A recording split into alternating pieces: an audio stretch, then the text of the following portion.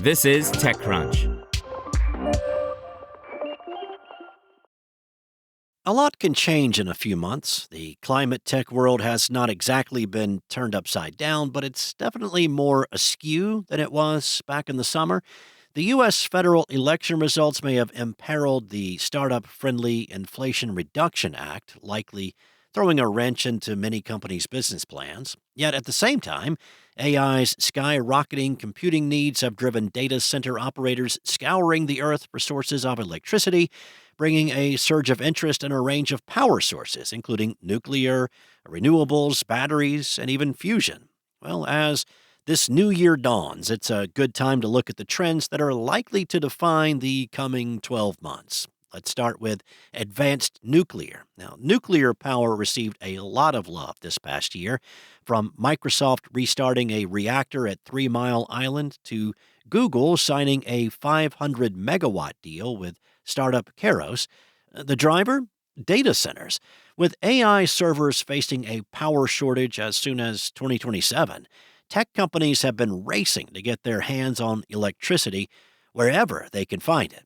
Now, nuclear power is one of those places. Historically, adding nuclear capacity meant big power plants that take a decade or more to build. But a new wave of startups has been proposing smaller designs that can be more easily mass produced, or so the thinking goes. They haven't been tested at scale yet, and the success of nuclear startups will depend on how the first few go. In their favor, those companies have the benefit of a newly streamlined regulatory process, which should help speed the time from proposal to construction. But they're also facing stiff competition from renewable power sources, which are proven and quick to deploy. Unless there's a breakthrough in efficiency for AI model training or inference, expect to hear more about tech's love affair with nuclear in the coming year. All right, so what about fusion power? We're just over 2 years out from the National Ignition Facility's groundbreaking announcement that it had produced the world's first controlled net positive fusion reaction. Fusion startups undoubtedly used the news to kickstart their fundraising efforts.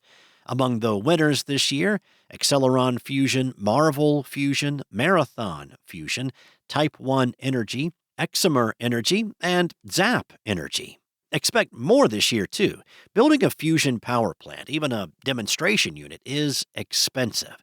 Several startups have begun work on prototypes, demos, and even commercial reactors, including Commonwealth Fusion System and Zap Energy. Many have goals of hooking up power plants to the grid in the early 2030s, which means they have a lot of work to do in the coming years, and that means they'll need more money soon. It's a risky technology, but the rewards include remaking the trillion-dollar energy sector. If companies are able to hit scientific and engineering milestones, expect more investors to line up in 2025. All right, how about hydrogen?